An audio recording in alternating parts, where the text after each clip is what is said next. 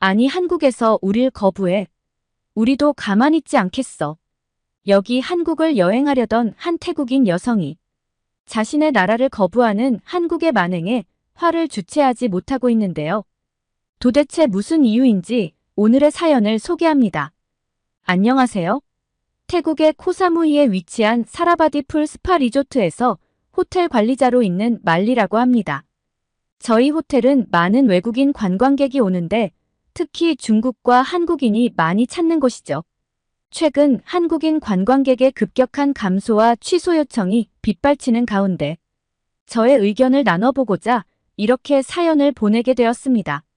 한국인 관광객에게 많은 감동을 받았던 경험이 있던 저로서는 받아들이기 힘든 지금의 상황인데요. 어쩌다가 이 지경까지 오게 된 건지 한국 정부를 많이 원망했었습니다. 하지만 그 내막을 알게 되자 고개를 떨굴 수밖에 없었고 원망의 화살은 태국 정부를 향하게 되었죠. 제가 일하는 사라바디 리조트는 천혜의 절경을 자랑하는 태국 수라타니주의 섬에 위치하고 있습니다. 태국은 저렴한 물가와 때묻지 않은 자연환경으로 많은 신혼부부의 여행지로도 유명합니다. 제가 일하는 코사무이 섬뿐만 아니라 태국은 외국인 관광객의 지출 금액이 국내 총생산의 약 12%가 될 정도로 관광산업이 큰 비중을 차지합니다. 작년 한 해 2천만 명의 해외 관광객이 태국을 방문했었고 해외 학생들의 방학 기간에는 방문객 수가 엄청 증가하기도 합니다. 드라마 영화 촬영지로 인기를 얻으면서 여러 편의 외국 영화가 촬영이 되었고 특히 미국과 중국에서 큰 규모의 영화 제작을 하면서 태국에서 지출 금액이 400억 원에 달하기도 했죠. 많은 분들이 태국하면 피피섬을 떠올리실 텐데 디카프리오 주연 영화 더 비치의 촬영지로 잘 알려져 있는 곳입니다.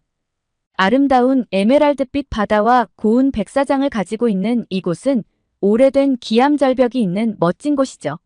하지만 몇 년 전 급증한 관광객으로 인해 오염 문제로 몸살을 앓았던 마야베이 해변은 출입이 금지되기도 했습니다. 출입 재개 이후에도 관광객으로 인한 오염 문제가 생기면서 대부분의 산호초가 파괴되며 다시 폐쇄를 하기도 했어요. 여기서 관광객을 상대로 배에 태워 관광을 시켜주는 일을 했던 종사자들은 생계를 위협하는 행위라며 태국 정부에 거세게 반발하기도 했었죠. 얼마 전에는 기록적인 폭염과 가뭄으로 인해 수도 공급이 중단되는 바람에 물 부족 사태에 직면하기도 했고 해수 온도의 상승으로 산호 백화 현상이 나타나 시리낙 국립공원 산호 지역이 일시 폐쇄되는 일도 있었습니다.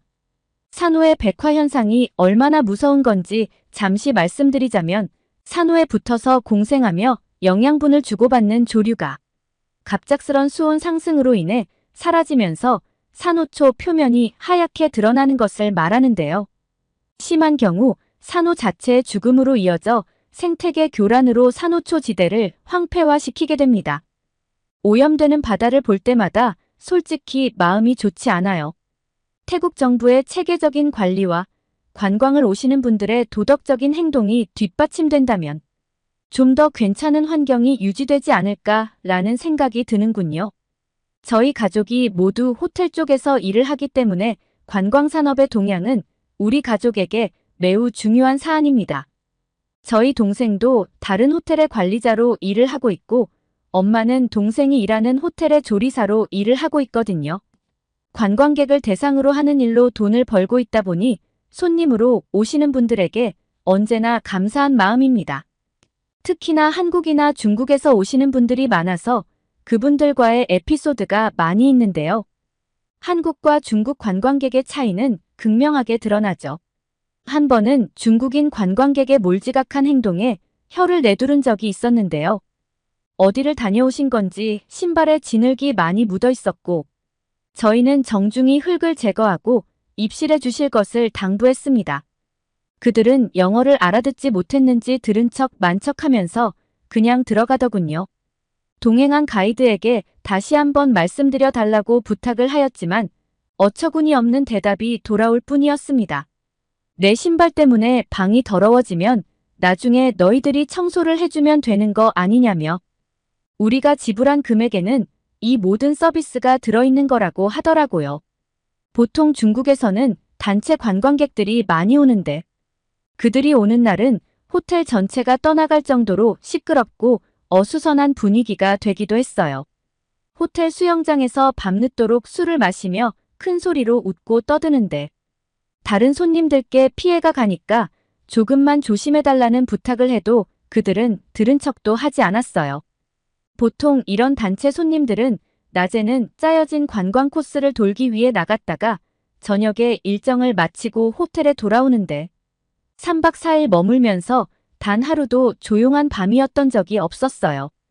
그들이 체크아웃을 하고 나간 뒤 객실에 들어가면 그야말로 전쟁터가 따로 없을 정도로 지저분했고 호텔 청소 직원은 중국인 관광객에게 여러 번 데이고 나더니 자기는 절대로 중국에 여행조차 가지 않을 거라면서 중국을 혐오하기도 했어요.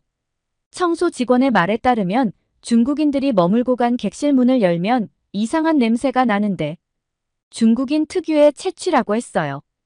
안 그래도 물이 부족한 상황에 욕실 수도꼭지를 틀어놓은 채 그냥 나가버리고 먹다만 음식 쓰레기를 그대로 바닥에 버려놓는 건 예사였죠. 호텔에서는 개인적으로 사용할 수 있는 여러 가지 제품이 제공이 되는데 그들은 항상 모자라다며 여러 개를 더 달라고 요청했고 사실 추가로 구매를 해야 하는 것인데도 너무나 당당하게 공짜로 달라고 하더군요. 하지만 그 물품들을 사용한 흔적은 없고 물건은 모조리 없어지는 이상한 현상을 목격했습니다. 객실에 비치되어 있는 수건이나 가운 그리고 커피나 티 종류도 싹쓸이해가는 등 정말 크고 무거운 것 외에는 다 들고 가버렸죠. 이런 개념 없는 중국인 관광객을 상대하고 싶진 않지만 워낙 중국인 손님이 많이 오고 호텔 매출에 큰 영향을 주기 때문에 무시할 수도 없는 부분이었죠. 중국인만큼이나 많이 태국을 찾아주시는 관광객이 있는데요. 바로 한국인입니다. 한국인 관광객은 단체보다는 신혼부부가 많이 오는데 신혼부부 서너 쌍이 같이 들어오는 게 일반적입니다. 제가 한국인에 대해서 좋은 감정이 생기게 된 계기는 서툴지만 태국어로 인사를 건넨다는 거예요. 여행 오기 전 미리 간단한 태국어를 배워서 오시는 것 같더라고요. 태국어로 안녕하세요를 말할 때는 성별에 따라 발음을 다르게 해야 하는데 여자가 말할 때는 사와디카 그리고 남자가 말할 때는 사와디캅이라고 말합니다. 한국인들은 대부분 이 인사말을 익히고 계시더라고요. 저희에게 먼저 이렇게 인사를 해주실 때면 존중받고 있다는 느낌도 들고 예의 바른 한국인들에게 한 번 더 눈길이 가기도 한답니다.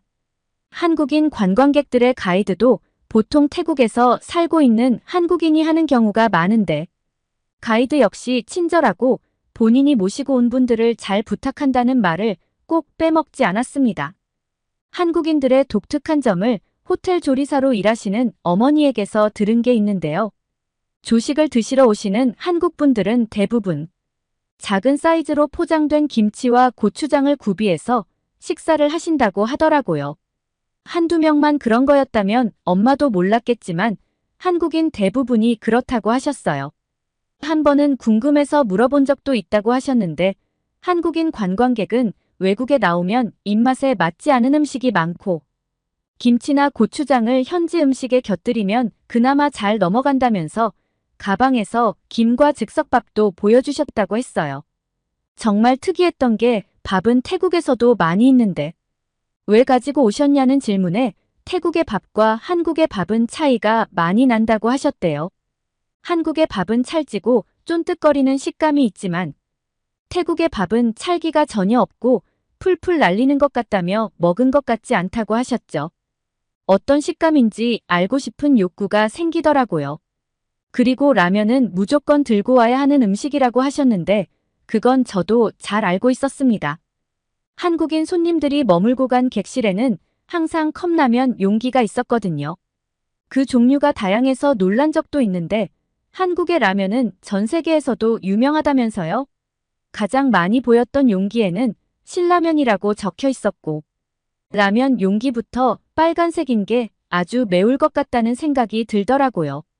중국인들과는 달리 한국인이 머물다 간 객실은 대체로 잘 정리를 해놓고 퇴실을 하였고, 특이했던 점은 쓰레기를 분리를 해서 모아두었다는 것이었어요. 종이류와 병캔을 각각 분리해 놓았는데 사실 태국에서도 분리수거를 하도록 권고하고는 있지만 현실적으로 지켜지지 않고 있고 대부분 일반 쓰레기로 처리를 해버리는 경우가 많습니다.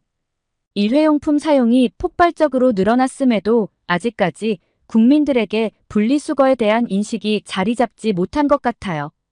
그런데 한국인들은 어찌 된 일인지 외국까지 와서 이렇게 분리수거를 해놓는다니 놀랄 수밖에요.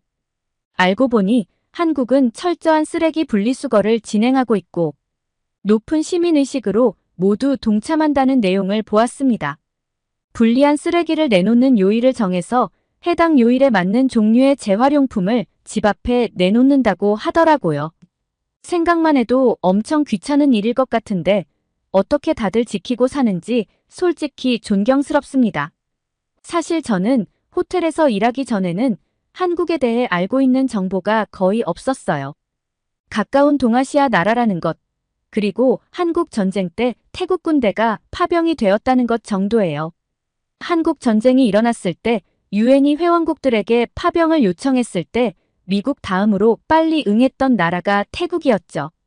3년간 태국군은 전쟁 중 3,560명이 참전하여 전사 129명, 부상 1,139명의 희생이 있었고 이후에도 22년간 한국에 주둔하였습니다. 여기서 흥미로운 이야기가 있는데 최초로 한국에 파병된 태국군 부대를 이끈 사람이 보리분이라고 하는 대령이었는데 22년 후 그의 아들인 음삭소령이 부대를 이끌고 한국을 떠나게 됩니다. 제가 대학생 때 읽은 책에서 보았던 내용인데 한국을 기억할 수 있었던 한 대목이기도 했답니다. 이렇듯 한국과 태국은 인연이 깊은 가족과도 같은 나라죠. 하지만 최근 태국에서 한국을 보이콧한다는 소문이 나면서 상황이 심각해지고 있습니다. 제가 일하는 호텔에도 연이은 한국인 관광객의 예약 취소 사태가 벌어지면서 무슨 일인가 했죠. 하루는 SNS에 올라온 소식들을 보고 있는데 한국에 관한 내용들이 순식간에 화면을 가득 채웠고 온갖 부정적인 내용들로 도배가 되어 있는 것을 확인하게 되었어요. 내용을 확인해 보니 한국 입국을 거부당한 태국인들이 이런 내용들을 알리면서 단순히 한국이 태국을 부정한다는 의미로 대부분 사람들이 받아들인 모양이더라고요. 한국 여행을 거부하는 운동으로 번지면서 소셜미디어에는 밴 코리아라는 해시태그가 순식간에 확산되면서 유행까지 하게 된 거죠. 한국에 입국하려다가 입국 심사에서 거부당한 태국인들은 다시 태국으로 돌아오게 되면서 항공료와 숙박비 등 비용이 발생하고 큰 손해를 보았다면서 호소를 하고 있었습니다. 사실 태국인들은 한국에는 꿈의 일자리가 있다고 생각을 하고 있고 태국보다 몇 배의 수입을 벌 수 있는 한국으로 어떻게든 들어가려고 합니다. 입국 심사가 까다로워지기 전에는 많은 태국인들이 한국에서 돈을 벌고 왔는데 합법적인 절차를 통해 한국에 머무르는 게 아니었나 봅니다. 유명 인플루엔서들이 선동을 하면서 태국인들은 한국의 이런 처사에 불만을 표출하였고 한국으로 여행을 가지 않겠다는 보이콧 운동을 하며 한국 대신 중국이나 일본으로 눈을 돌렸다는 기사 내용도 있었어요. 실제로 중국의 저렴한 물가와 일본의 엔화 약세 등 한국 여행보다 더 괜찮은 선택지라며 태국인들 사이에서는 중국과 일본을 추켜 세우고 있습니다. 태국 여행협회 부회장의 말도 이런 사태를 거들었는데요. 한국에는 관광 명소가 없다면서 중국이나 일본을 가라는 발언을 한 것입니다. 덧붙여 한국의 명소는 인기 영화나 넷플릭스에 방영된 K 콘텐츠를 통해 알려진 것이기 때문에 명소라고 볼 수가 없다며 중국과 일본의 더 많은 명소와 훌륭한 전망, 놀거리가 풍부하다는 말을 하였습니다. 이에 곧바로 한국에서는 부회장의 개념 없는 발언의 문제를 제기했고 그는 빠른 사과를 하기도 했어요. 한국에서는 지난 2021년 9월에 무비자 입국 가능 국가의 국적자가 한국 입국을 위해서는 출발 전 자신의 정보를 입력하고 허가를 받는 제도를 실행하고 있는데 심사가 엄격해지면서 입국 거절 사례가 많아지다 보니 이렇게 반한 감정까지 생기게 되었죠. 저는 한국의 입장도 살펴볼 필요가 있다는 생각이 들어서 이 문제에 대해 좀 더 자세하게 검색해 보았어요. 한국에서 그렇게 까다롭게 심사를 하는 이유가 분명히 있을 거라는 생각이 들었거든요. 한국을 보이콧하자는 글에 달린 댓글 중 이런 내용의 글이 있었어요. 한국 내에 불법 체류를 하는 외국인 1위가 태국이라는 것이었죠. 이는 베트남과 필리핀보다 훨씬 높은 불법 체류율이었습니다. 한국에서 일을 하면 태국에서 대학을 졸업한 사람보다 2배에서 3배 정도의 소득을 벌 수가 있습니다. 태국에서 대졸 초임의 월급이 2만 바트 정도인데 한국 돈으로 73만 원 정도거든요. 그런데 그 돈의 몇 배를 벌 수 있으니 한국으로 가고 싶어 하는 마음이 이해도 갑니다. 그래서 이들을 도와주는 브로커가 성행 중이죠. 돈이 필요한 사람들에게는 한 줄기 희망이기도 할 텐데 브로커들은 요청한 사람을 상대로 사기를 치기도 하고 약속한 취업 알선을 해주지 않는 경우도 있다고 하더라고요. 정말 안타까운 일이 아닐 수가 없네요. 태국인들이 순수하게 여행만을 하고 돌아가는 거라면 한국에서도 이렇게 까다로운 입장을 고수하지 않겠지만 관광객이 아닌 다른 신분으로 불법적인 일들에 연루되며 사회 질서를 어지럽히고 있다는 내용이었죠. 이렇게 하지 않으면 나라의 기강이 흐트러지고 한국의 입장에서는 어쩔 수 없는 조치라는 것입니다. 그 글을 읽고 보니 한국에서는 나라를 위해서 당연한 일을 하고 있는 거였죠.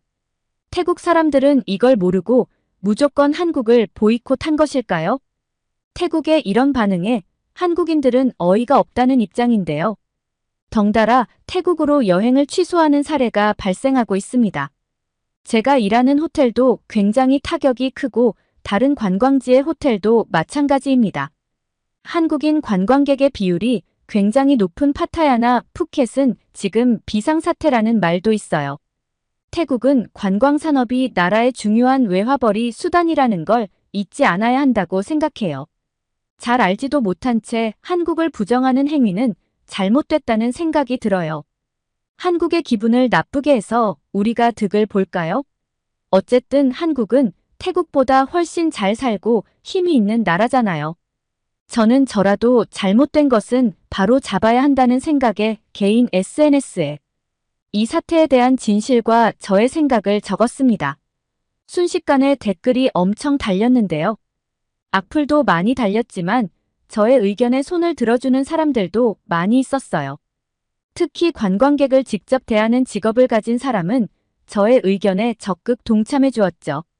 불법 취업 알선 브로커에 대한 엄중한 처벌이 있어야 하고 불법 체류는 엄연한 범죄입니다.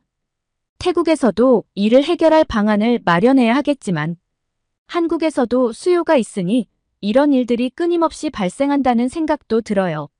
저도 이곳 태국에서 불법 체류가 얼마나 위험한 것인지 주변 사람들에게 열심히 알리고 합법적으로 얼마든지 한국에서 일을 할 수 있는 방법들을 많이 공유하도록 하겠습니다. 하루빨리 잘 해결되고 다시 한국인들의 발길이 태국에 이어지기를 바라봅니다. 오늘 말리 씨의 사연 어떻게 들으셨나요? 태국의 한국 보이콧이 오히려 태국에게 부메랑이 되어 돌아간 듯한 생각이 드는데요.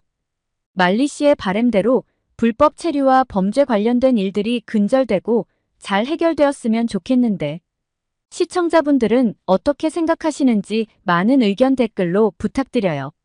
오늘의 사연이 마음에 드셨다면 구독과 좋아요 꾹 눌러주세요. 이상 미연이의 공감튜브였습니다.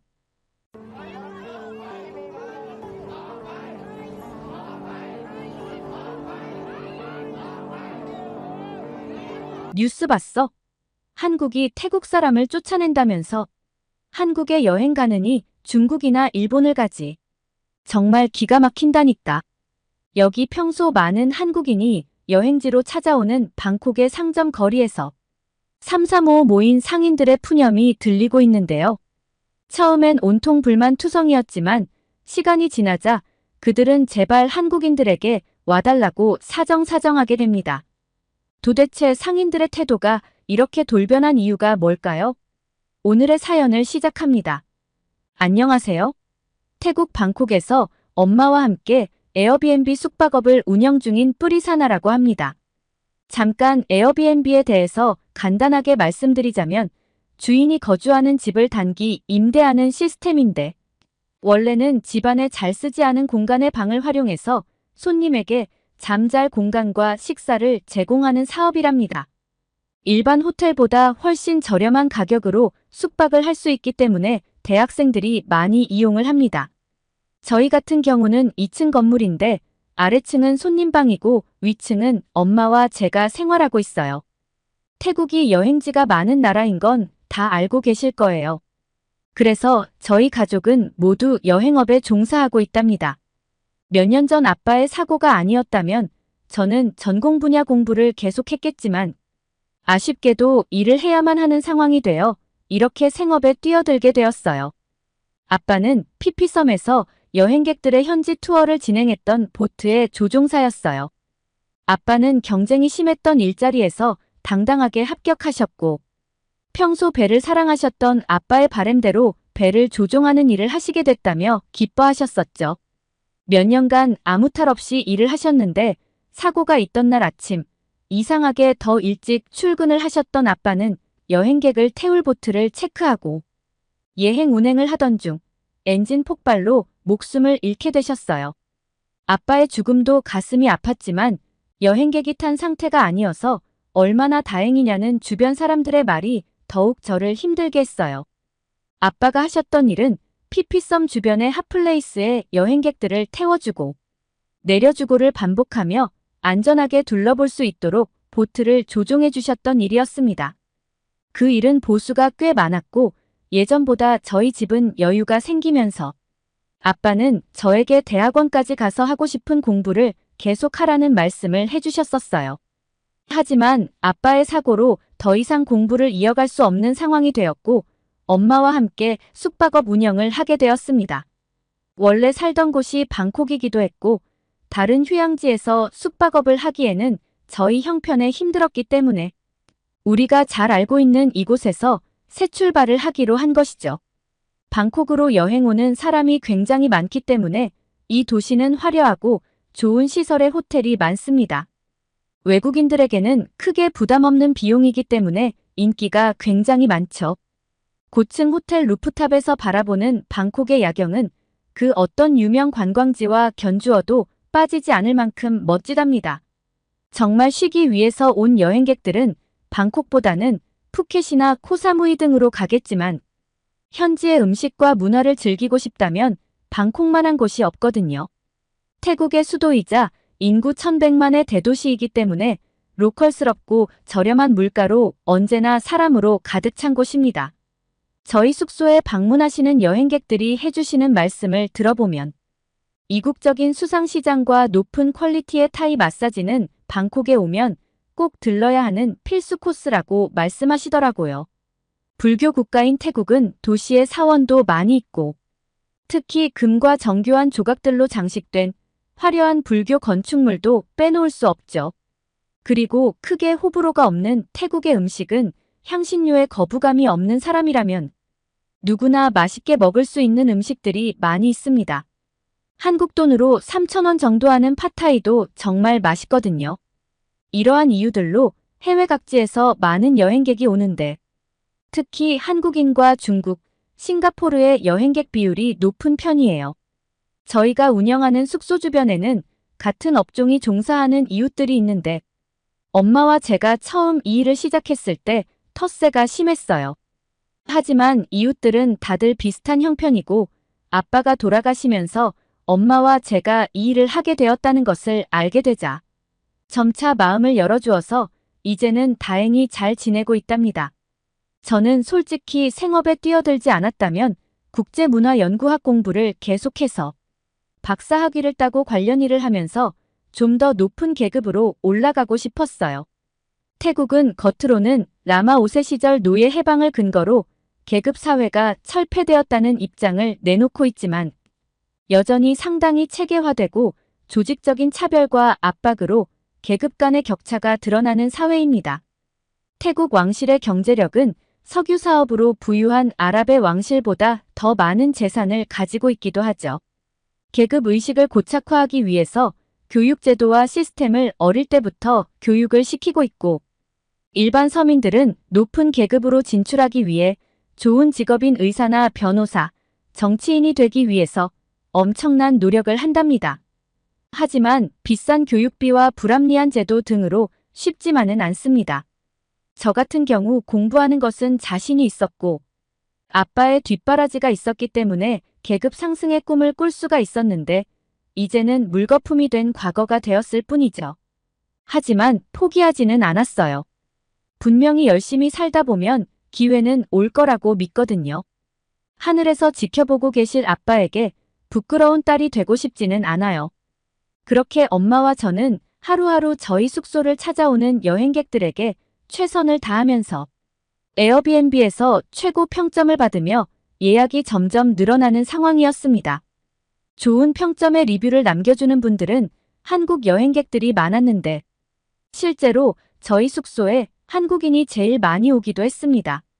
그런데 최근 눈에 띄게 한국인 관광객의 예약률이 떨어지고 있었고, 다른 숙소 운영 사장님들도 그렇다는 말씀을 하셨어요.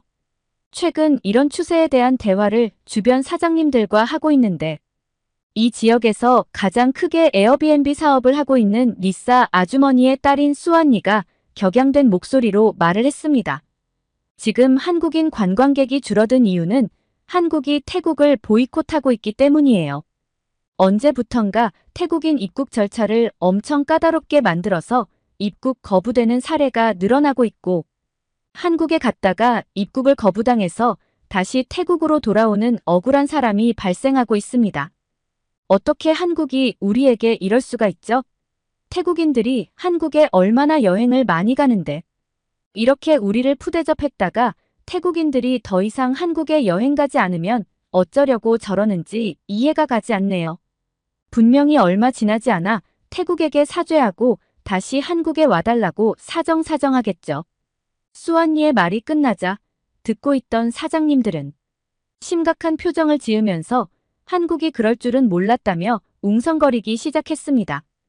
다혈질인 리따야 사장님이 씩씩대며 말씀을 하셨어요.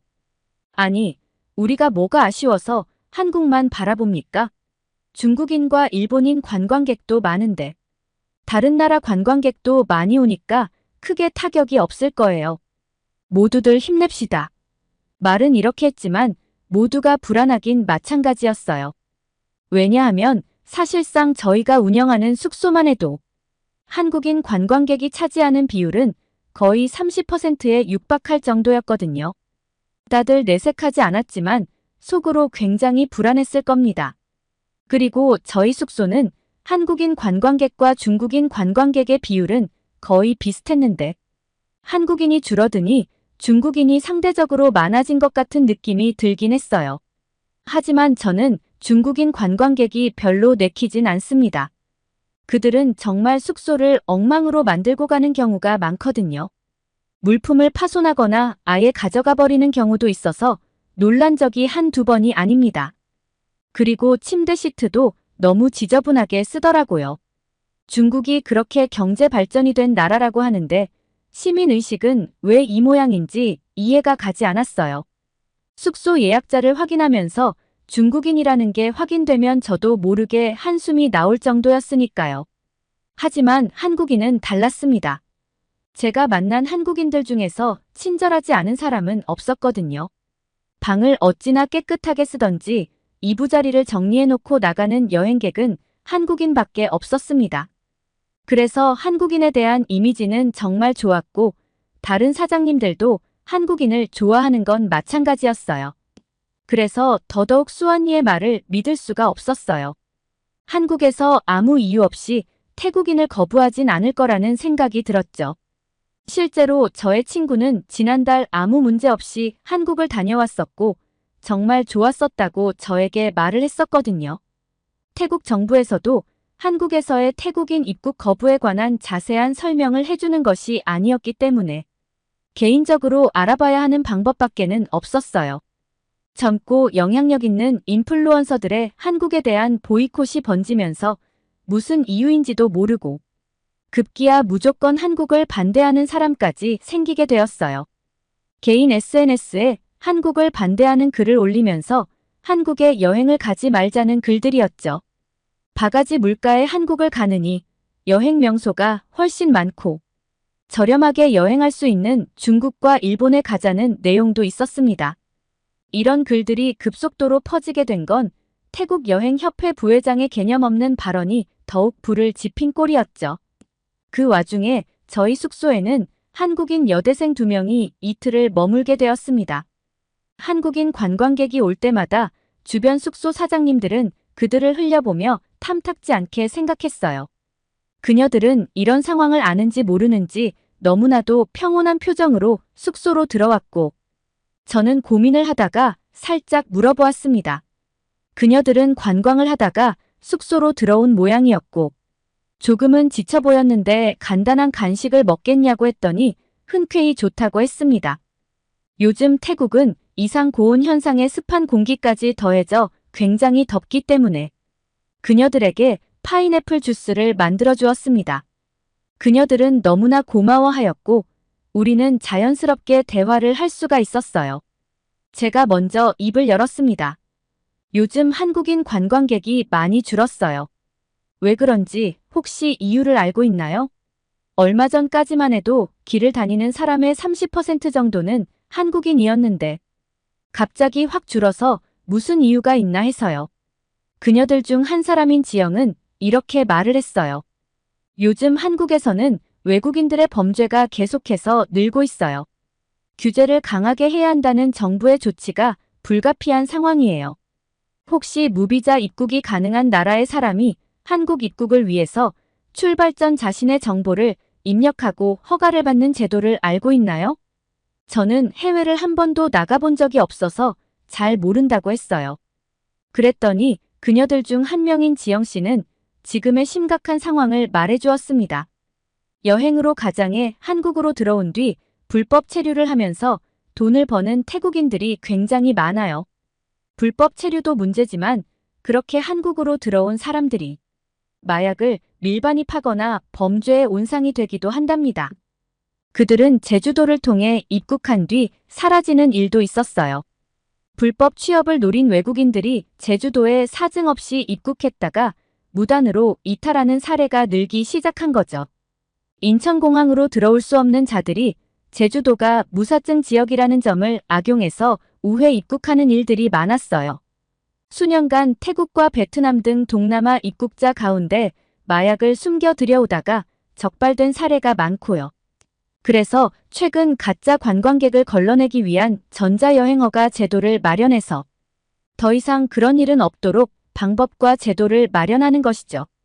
왜 중국이나 몽골인은 허가 없이 자유롭게 입국을 허락하냐면서 태국인만 차별한다는 반응이 있기도 했죠. 그렇군요. 저는 그 정도로 심각한 상황인지 몰랐어요. 솔직히 태국에서 돈을 버는 것보다 한국에 가서 돈을 벌면 훨씬 많이 벌 수 있기 때문에 코리안 드림을 꿈꾸면서 한국으로 가고 싶어하는 청년들이 많긴 하죠. 한국 채용 박람회에 가면 엄청난 인파가 몰려있는 걸 확인할 수 있거든요. 한국은 아시아 나라 중 외국인에게 가장 많은 임금을 주는 것으로 소문이 나 있어요. 여기서 버는 돈의 몇 배를 벌 수 있으니 저 같아도 갈 수 있다면 가고 싶어요.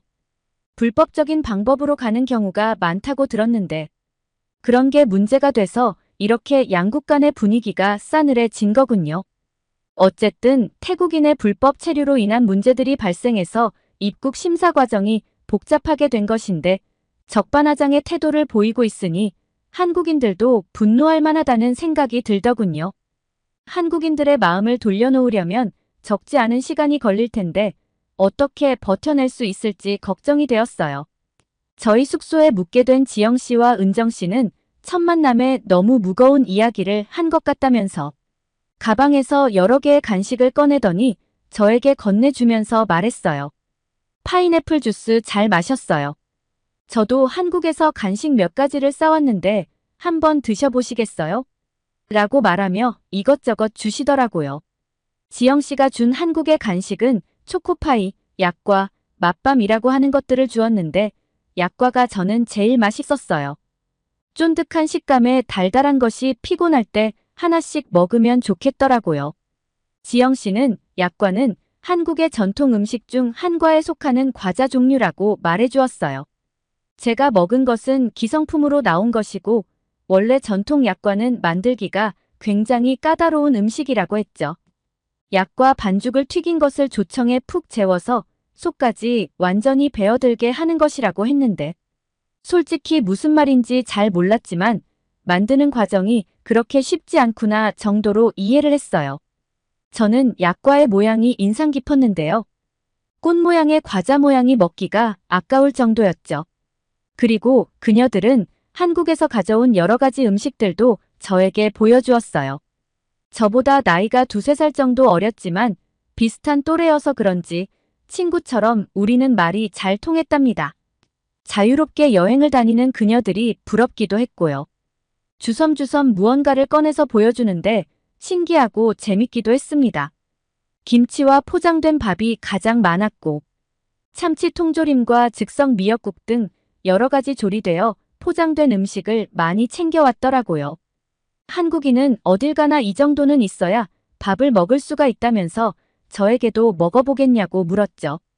한국의 김치는 워낙 유명해서 저도 먹어본 적이 있고 밥을 가지고 왔다는 게 신기했습니다.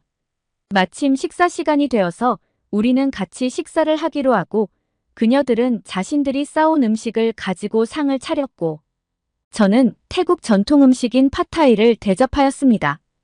팟타이는 호불호가 거의 없는 음식으로 남녀노소 모두 좋아하는 음식이기 때문에 그녀들도 좋아할 거라고 생각했죠. 제가 만든 음식을 먹으면서 엄지를 치켜 세우면서 맛있다고 칭찬해 주었어요. 그러면서 이렇게 말을 하였어요. 한국에도 태국 음식점이 굉장히 많아요. 팟타이도 우리에겐 낯선 음식이 아니에요. 향신료가 강해서 못 먹는 사람도 있지만 대체로 한국인의 입맛에도 잘 맞는 편이죠. 태국의 음식은 단맛, 신맛, 짠맛, 매운맛 등 여러 가지 맛이 어우러지는 게 특징인 것 같아요.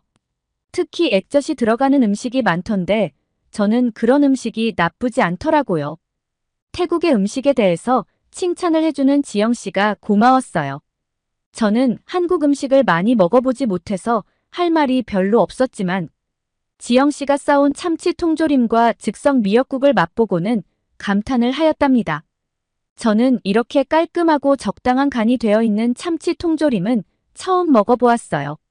미역국도 정말 괜찮았는데 한국에서는 미역을 반찬으로 먹는다고 하더라고요. 데쳐서 초장이라고 하는 소스에 찍어 먹기도 하고 일반적으로는 이렇게 국을 끓여서 먹는다고 했어요. 한국을 여행 갔다 온 친구가 한국의 음식이 정말 맛있다고 하더니 사실이었네요. 저는 그녀들과 식사를 같이 하면서 즐거운 시간을 보냈지만 한편으로는 마음이 무거웠답니다. 이런 상황이 언제까지 이어질지 걱정스러웠고 저희에게는 생계가 달린 문제니까요. 주변 사장님들도 이런 사태의 정확한 이유를 알고 무조건적인 반한 감정은 키우지 않았으면 하는 바람입니다.